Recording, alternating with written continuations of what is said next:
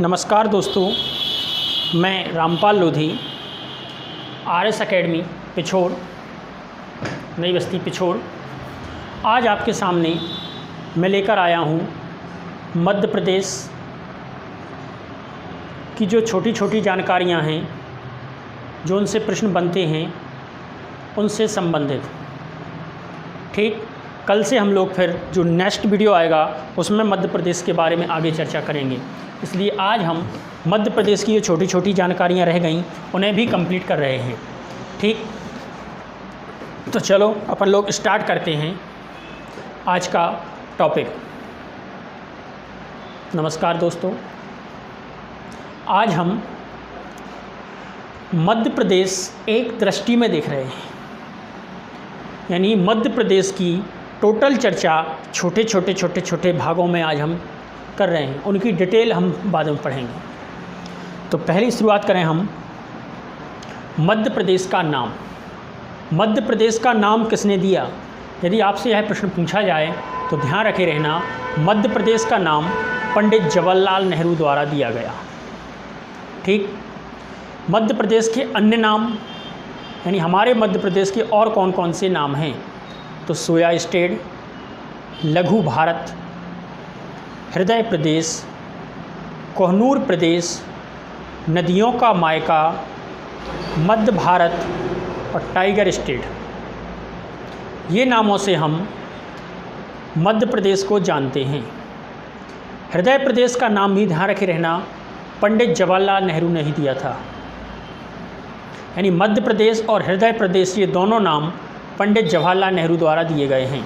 Soya state से हम चर्चा करें तो मध्य प्रदेश में आप लोगों को पता होगा कि सोयाबीन इतनी मात्रा में होता है, इसलिए हम इन्हें सोया स्टेट के नाम से जानते हैं। लघु भारत से चर्चा करें तो यह छोटा भारत है। हृदय प्रदेश पूरे भारत के बीच में स्थित है, इसलिए भारत का हृदय है, इसलिए इसे हम हृदय प्रदेश बोलते हैं। कोहनूर प्रदेश, तो कोहनूर से मतलब आपको पता होगा मध्य प्रदेश में पन्ना जिला है, जहाँ पर हमारे यहाँ विभिन्न प्रकार के हीरे निकलते हैं। यानी पूरे भारत में 99% हीरे की हिस्सेदारी अकेला मध्य प्रदेश देता है, इसलिए हम इसे कोहनूर प्रदेश के नाम से भी जानते हैं। नदियों का मायका, तो आपको पता होगा सबसे ज़्यादा नदियाँ मध्य प्रदेश से ही निकलती हैं और दूसरे राज्यों में जाती हैं, इसलिए यहाँ इनका जन्म होता है, और जन्म होता है जहाँ लड़की का, वहाँ उसका मायका होता है, इसलिए नदियों का मायका भी हम इसे कहते हैं। और टाइगर स्टेट, तो आपको पता हो जो भारत सरकार की रिपोर्ट आई थी अभी 2019 के बीच में, तो वहाँ पर मध्य प्रदेश में सर्वाधिक टाइगर पाए गए। तो यह पहले भी पाए गए थे, लेकिन बीच में थोड़े कर्नाटक आ गया था, उसके बाद फिर से मध्य प्रदेश का ही स्थान आ गया, इसलिए इसे टाइगर स्टेट के नाम से भी जाना जाता है। यहाँ तक आप लोगों को समझ में आ गए इनके नामों से। मध्य प्रदेश की राजधानी, आप लोगों ने कल पूरा वीडियो देखा हो तो उसमें बताई गई थी कि मध्य प्रदेश की राजधानी भोपाल है। मध्य प्रदेश की स्थापना के बारे में भी हम बता चुके, 1 नवंबर 1956। वर्तमान स्वरूप की हम बात करें कि छत्तीसगढ़ विभाजन हुआ था, उसके बाद मध्य प्रदेश का जो स्वरूप बना उसकी स्थापना भी 1 नवंबर 2000 में की गई थी। आपको अच्छे से याद होगा कि 45 जिले 9 संभाग मध्य प्रदेश के पास रहे थे, तथा 16 जिले 3 संभाग छत्तीसगढ़ के पास चले गए थे। वह तारीख थी 1 नवंबर 2000। आगे हम बात करें राज्य की भाषा कौन सी है, तो राज्य की भाषा हिंदी है। राज्य का क्षेत्रफल, तो क्षेत्रफल हम पहले भी बता चुके, एक बार फिर सुन लें, 30,08,252 वर्ग किलोमीटर है। आगे हम देखें, यह देश का 9.38%, यानी 9.38% हिस्सा मध्य प्रदेश का लगता है देश में। यदि देश हमारा 100% है तो 100% में से 9.38% हिस्सा मध्य प्रदेश का आता है, तथा देश में प्रथम स्थान पर राजस्थान है तो दूसरे स्थान पर मध्य प्रदेश आता है। आप लोगों को बताया था हमने कि 1 नवंबर 2000 से पहले मध्य प्रदेश का प्रथम स्थान आता था, लेकिन जब से हमारा राज्य अलग हो गया, छत्तीसगढ़ अलग हो गया, उस समय से मध्य प्रदेश का दूसरा स्थान आने लगा। ठीक, आगे अगर हम बात करें मध्य प्रदेश से, ये हो गया दूसरा स्थान आता है। अब जनसंख्या की हम बात करें 2011 की जनगणना के अनुसार, क्योंकि 2011 से तभी जनगणना हुई नहीं, अब जनगणना होनी है आपकी 21 में। तो जो 2011 की जनगणना के अनुसार आपका आंकड़ा है जनसंख्या का, वो है 726,809। एक बार फिर याद कर लें, 726,809। ठीक जी, जनसंख्या की दृष्टि से देश का 6वां राज्य है, ध्यान रखे रहना, 6वां स्थान रखता है। और राज्य का देश में वर्तमान में 5वां स्थान है। यानी हम 6वां क्या कहना चाह रहे थे, जनसंख्या के अनुसार 2011 के अनुसार 6वां स्थान, और राज्य का देश में, पूरे राज्य की अगर हम बात करें कि राज्य का देश में 5वां स्थान आता है। यानी पहले नंबर पर है उत्तर प्रदेश, दूसरे नंबर पर है महाराष्ट्र, तीसरे पर है बिहार, चौथे पर है पश्चिम बंगाल, और 5वें नंबर पे हमारा मध्य प्रदेश आता है। ठीक, थोड़ा मिस्टेक बोल रहे थे हम, वो 6वां स्थान कोई गलत लिखा है उसमें देख लेना आप लोग, जो हमने डाली है PDF गलत है इसमें थोड़ा। 5वां नंबर आता है, ध्यान रखे रहें जनगणना में 5वां, उत्तर प्रदेश, महाराष्ट्र, बिहार, पश्चिम बंगाल और मध्य प्रदेश। ठीक, आगे हम अगर चर्चा करें अब मध्य प्रदेश के घनत्व के बारे में, यानी 2011 के अनुसार मध्य प्रदेश का घनत्व क्या रहा। घनत्व जानते हैं ना आप लोग, घनत्व से मतलब क्या है? घनत्व से मतलब है कि 1 किलोमीटर के क्षेत्रफल में कितने लोग बाग रह रहे हैं, औसतम, पूरे मध्य प्रदेश का औसतम। तो वो घनत्व है आपका 236, यानी 1 किलोमीटर में 236 व्यक्ति निवास करते हैं। तो मध्य प्रदेश का घनत्व 236 व्यक्ति पर किलोमीटर है। ठीक, प्रत्येक किलोमीटर, प्रत्येक वर्ग किलोमीटर, मिस्टेक, प्रत्येक वर्ग किलोमीटर, क्योंकि क्षेत्रफल के हिसाब से लिया जाएगा उसे। आगे हम बात करें लिंग अनुपात की, तो 2011 की जनसंख्या के अनुसार, जनगणना के अनुसार मध्य प्रदेश का लिंग अनुपात है 931। ध्यान रखे रहें, लिंग अनुपात आप लोग जानते होंगे कि 1000 पुरुषों पर कितनी महिलाएं बैठ रही हैं मध्य प्रदेश में। तो 1000 पुरुषों पर 931 महिलाएं मध्य प्रदेश में बैठ रही हैं, इसलिए मध्य प्रदेश का लिंग अनुपात होगा 931। यहाँ तक क्लियर है? साक्षरता दर की अगर हम बात करें तो साक्षरता दर हमारे यहाँ कितने सारे लोग पढ़े लिखे हैं, कितने % मध्य प्रदेश में लोग पढ़े लिखे हैं, तो वो है आपके 69.3, यानी 69.3% लोग बाग शिक्षित हैं। यानी साक्षरता दर है इसकी 69.3%। जलवायु की अगर हम बात करें तो ये भूगोल में आपको पढ़ाएंगे हम। जलवायु है मध्य प्रदेश की उष्णकटिबंधीय मानसून जलवायु है, यानी यहाँ पर उष्णकटिबंधीय जलवायु आती है। आगे हम बात करें भौगोलिक विस्तार की, तो भौगोलिक विस्तार हम पहले भी बता चुके आप लोगों को, एक बार फिर देखना हो तो फिर देख लें आप भौगोलिक क्षेत्रफल, भौगोलिक विस्तार के बारे में। तो हमने बताया था कि मध्य प्रदेश का जो मैप था वो नीचे से जो सीमा लग रही थी वो 21 डिग्री 6 मिनट से उत्तरी अक्षांश से और ऊपर 26 डिग्री 30 मिनट तक है, तथा देशांतर की हम बात करें तो पश्चिम में 74 डिग्री 9 मिनट पूर्वी देशांतर से लेकर 82 डिग्री 48 मिनट पूर्वी देशांतर के मध्य प्रदेश स्थित है। क्लियर है ना आप लोगों को? आगे हम देखें, मध्य प्रदेश की सीमा से 5 राज्य लगे हुए हैं, हम पहले ही बता चुके थे आपको, फिर एक बार सुन लें।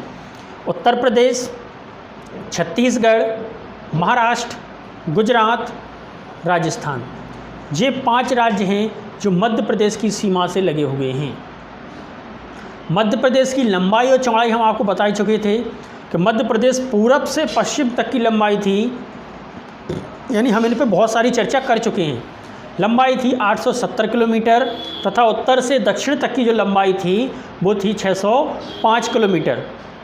आगे देखें, राजकीय पुष्प, यानी मध्य प्रदेश का राजकीय पुष्प कौन सा है, तो सफ़ेद लिली, लिलियम कैलिडियम बोलते इंग्लिश में नाम है इसका, सफ़ेद लिली।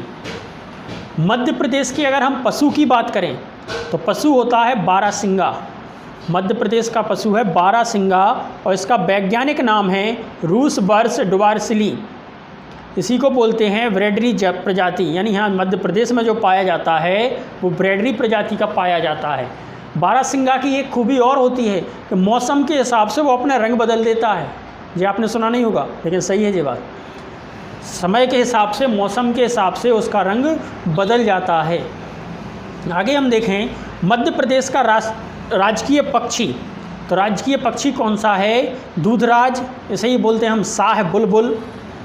ठीक, दूधराज या शाह बुलबुल, अंग्रेजी में भी नाम है इसका पैराडाइज फ्लाईकेचर, एवं वैज्ञानिक नाम है टर्फियर्स फोन फ्राइडेसी।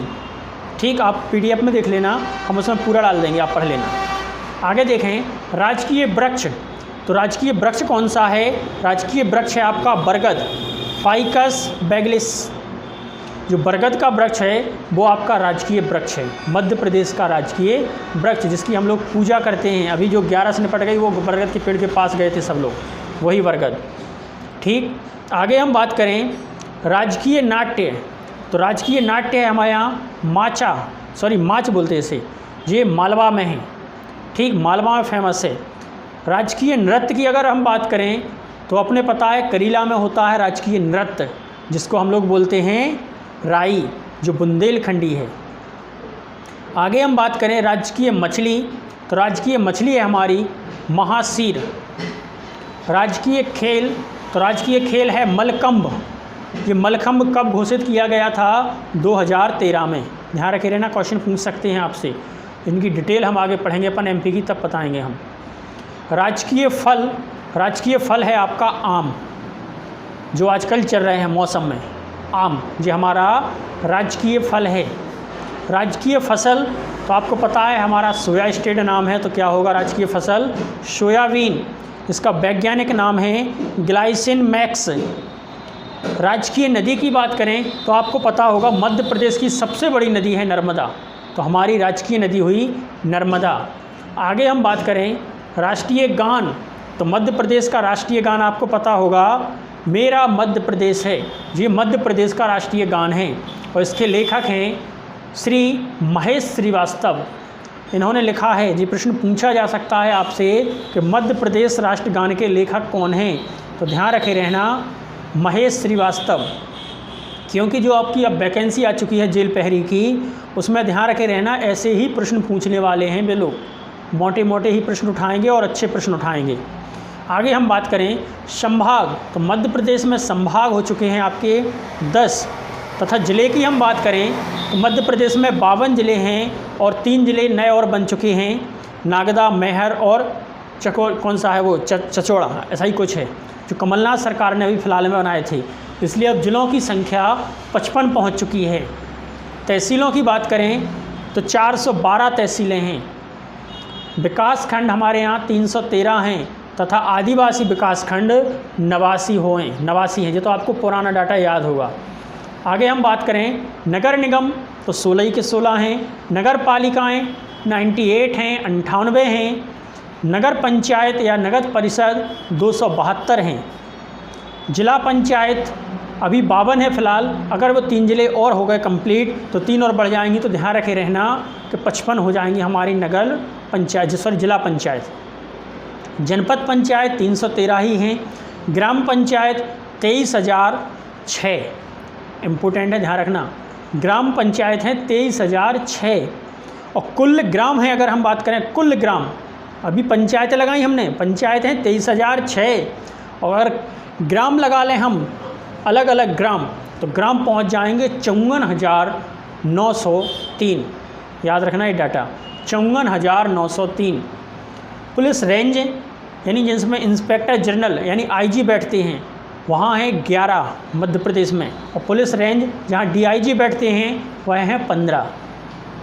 ठीक, आगे हम बात करें न्यायालय, उच्चतम न्यायालय कहाँ है हमारा? जबलपुर में। इसकी खंडपीठ कहाँ है? ग्वालियर व इंदौर में। ठीक है ना। और पुलिस ज़िले वही 52 और 3 बढ़ जाएंगे तो 55।